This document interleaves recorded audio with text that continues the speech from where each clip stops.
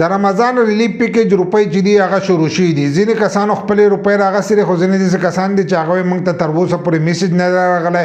ځینې کسانو ته میسج راغلی دی وایي زموږ نه میسج چې دی ډیلیټ شوی دی. نو کله کوم نه ډیلیټ شوی نو هغه هم خپلې روپۍ چې دی دا راغستی شي. میسج ته چې دی ضرورت نشته خو تاسو د پروګرام دپاره ایلی تاسو ته به دغه روپۍ چې دی دا میلاویږي. خو ځینې کسان وایي موږ ته دغه میسج چې دی دا نه دی راغلی. د 50,000 روپو دا میسج نه دی راغلی کوم چې د وزیر اعظم د طرفه د رمضان ریلیف پیکیج اعلان شو چې موږ به 15,000 روپۍ چې دا به ورکوم. نو د هغې میسج ځینې کسان وایي چې موږ ته نه دی راغلی. د سره وجې نه تاسو ته نه دی راغلی. تاسو یو غلطي کړې د هغه غلطۍ د وجې نه تاسو ته دغه میسج چې دی دا نه راځي.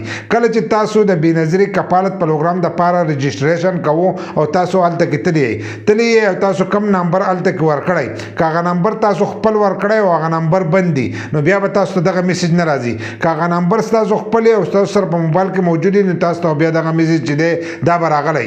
هغه کسان ته به راغلی چې کوم کسان د دې پروګرام دپاره اهلي په جانچ پړتال کې اچولی شوي نو هغې کسان ته به دا 15,000 روپۍ چې دي دا به میلاویږي. نو تاسو د خپل میسجونو ځای وګورئ. بل لا تاسو چې کوم نمبر هلته کې ورکړی هغه نمبر چې دی هغه وسکول وکړئ نو تاسو ته به میسج چې دی دا به راشي او تاسو ته به د حکومت د طرفه 15,000 روپۍ چې دي دا میلاو شي. که نمبر ستاسو بنې نو بیا تاسو ته میسج هم نه راځي او تاسو ته پته هم نه لګي چې موږ د دې پروګرام دپاره اهل یو که نه یو.